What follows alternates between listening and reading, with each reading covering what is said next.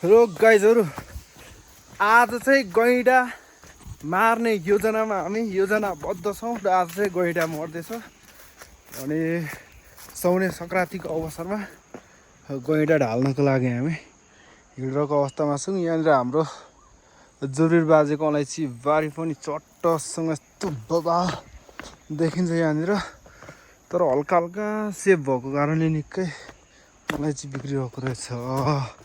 गाइजहरु म गैंडा ढाल्नु गएको घर देखाउँछु तपाईहरुलाई। गैंडा ढाल्नु गएको घर चाहिँ यही हो। आज यहाँनिर गैंडा ढल्नेवालामा छ। अलैँची बारी पनि यस्तो बबाल छ यार। अलैँची बारी यस्तो बबाल छ भने मकैबारी अम्ला यत्रो खोया। आज यहाँनिर गैंडा मार्ने योजनामा छौं।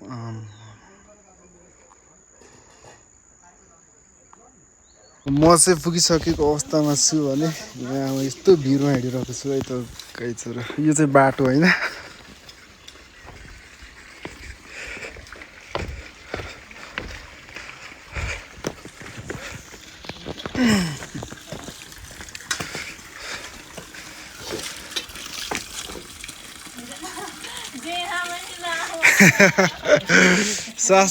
सासु बुहारी भनेको चाहिँ यतिको चाहिँ हुनुपर्छ यो।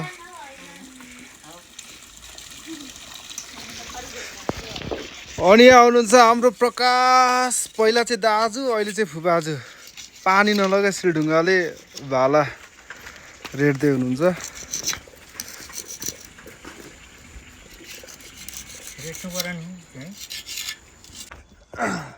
अहिले चाहिँ यहाँनिर पुरा हतियार सहित हिँडिरहेको छ हाम्रो के अरे दाढी कैला फुपाजु। आमा बाफ रे बाफ, यत्रो बबाल रहेछ। यस्तो बबाल हान्नु आँट्नु भएको छ यहाँनिर। आज यो गैंडा मर्नेवालामा छ। बुट लगाएन खाना यहाँ चाहिँ के साह्रो घुमिबस्या, म अघि घोची पठाइदिन्थे।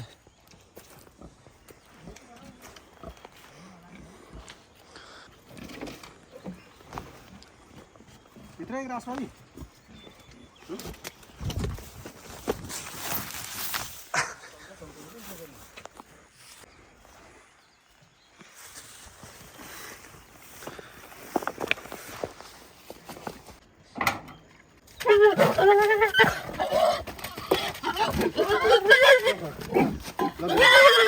कैलाले प्रहार गरिसकेको छ।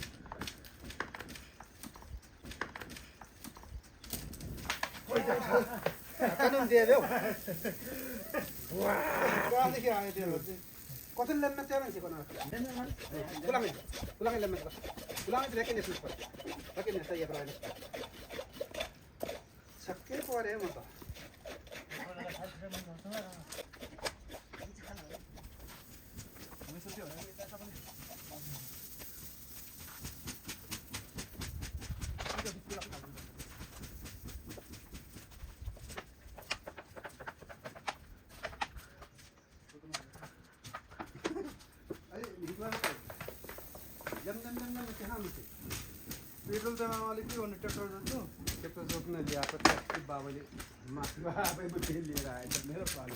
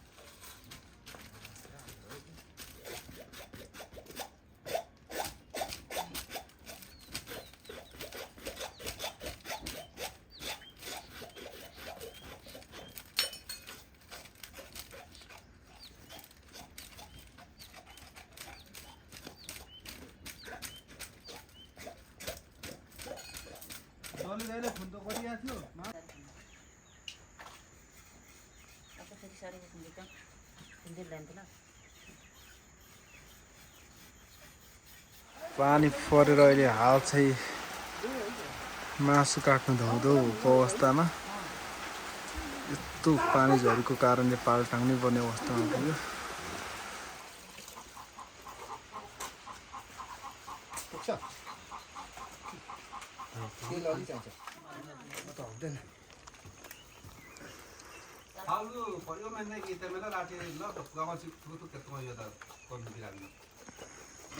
सेक्युरिटी पनि खतरा छ यहाँनिर, चोरी हुन्छ कि भनेर।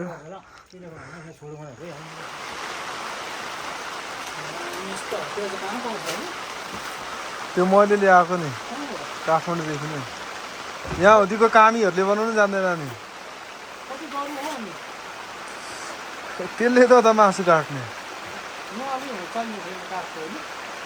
त्यही सजिलो नि।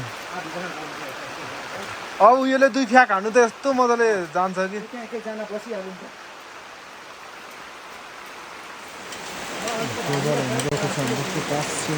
गोपाल हान्नु भएको छ 50 सिंहले। डलिरहेको पटानहरू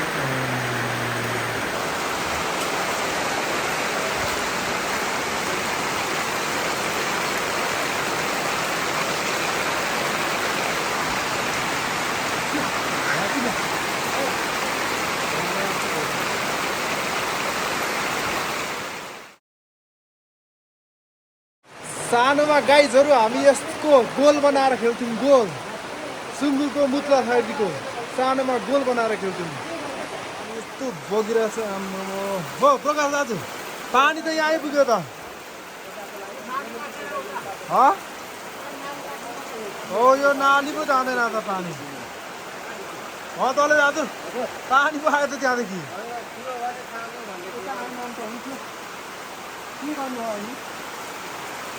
के गर्दै गर्ने यार, राष्ट्रिय तनाव भयो त यहाँ पानी आएर। म काट्छु अहिले।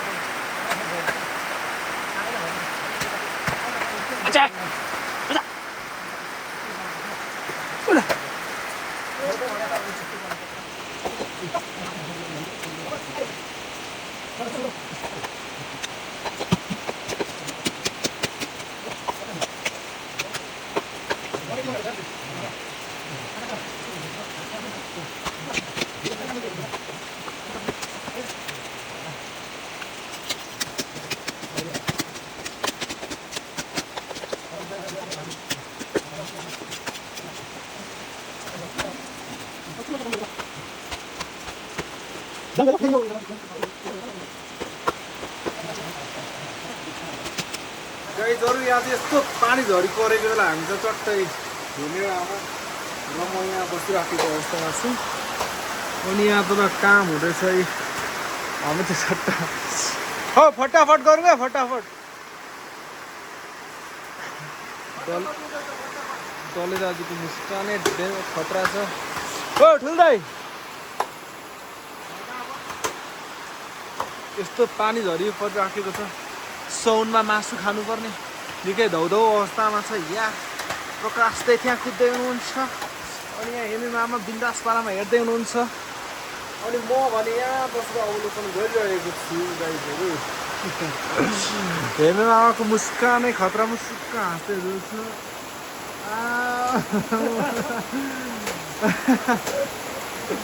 अनि मासु ल्याउनु हो क्या आइपुगिराखेको छ, ऊपर बसिरहेको छु।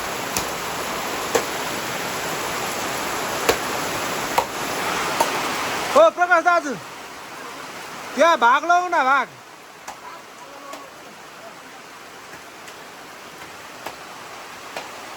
डले दाजु पानी माथि बसेर काट्दै हुनुहुन्छ। आज पहिलोचोटि हो हामीले पानी माथि मासु काटेको। याजरै गिद्धले सिलर दुछेको भन्दा मजाले लिस्दै हुनुहुन्छ यहाँनिर खुल्दै मेरो त लास्टै ढाड दुखेर उठेको म त हो त्यो चाहिँ कसलाई हो तँले दाजु त्यो चाहिँ कसलाई हो ल यस्तो बबाल मासु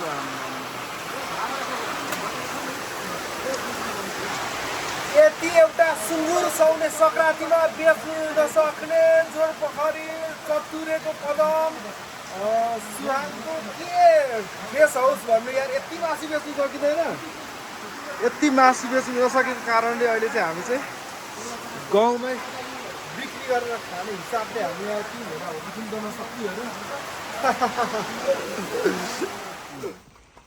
17 18 होइन त्यो दुईको त्यो परको दुईको दुईको त्यो हेर्दै दुईको छ यहाँ राखौँ न त्यो दुईको यता दुईको छुट्याएर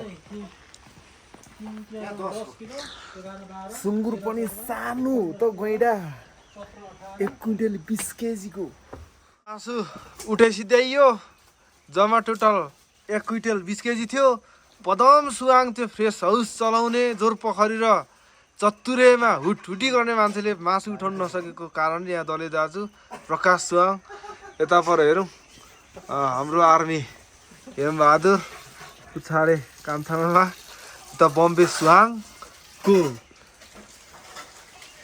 नेतृत्वमा त्यो फिल्म चाट भएको छ अब हामीलाई पदम सुहाङ चाहिएन भन्ने कुरा पनि आएको छ यहाँनिर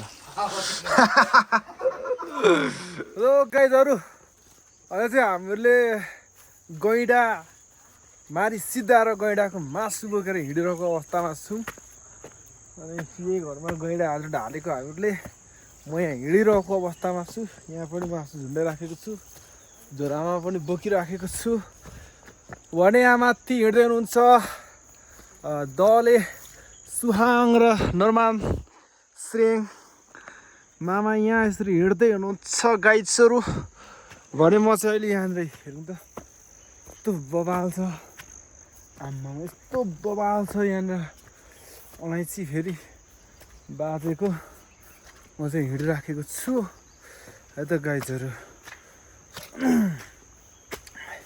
यस्तै छ के गर्नु र जिन्दगीको गोरेटोहरूमा गोडगोडाएर मन बढाएर सबैले ताली ताली भने चाहिँ साउने सङ्क्रान्तिमा हामीले गैँडाको मासु पुरा भुटुवान हान्ने हिसाबले हामी छौँ आमामा हेट गाइजहरू यहाँ मकै हेरौँ है यहाँ कुखुराको सुली बाहेक चराको सुली बाहेक केही नभएर पनि मकै यस्तो सिङ्का सिङ्का आएको हो अब यो गाइजहरू यो पयुङ चाहिँ यो इस्कुस थाङ्ना लगाएको आफै उम्रेको हो यस्तो छ यहाँ अलैँचीको बिरुवाहरू पनि बब्बाल झक्कास यहाँ मकै हेरौँ है हट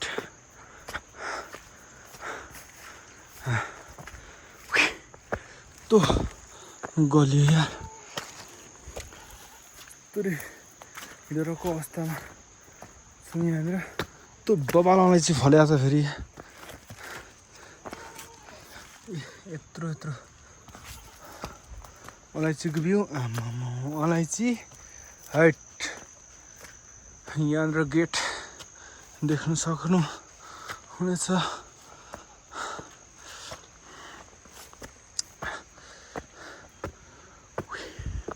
यस्तो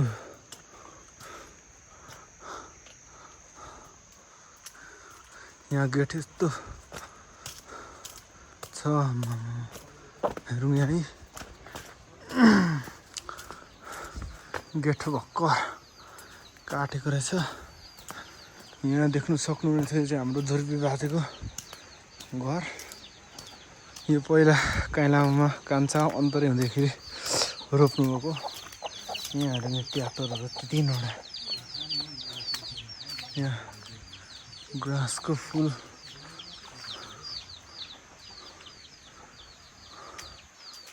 हो घरमा कोही छैन कि के हो एहे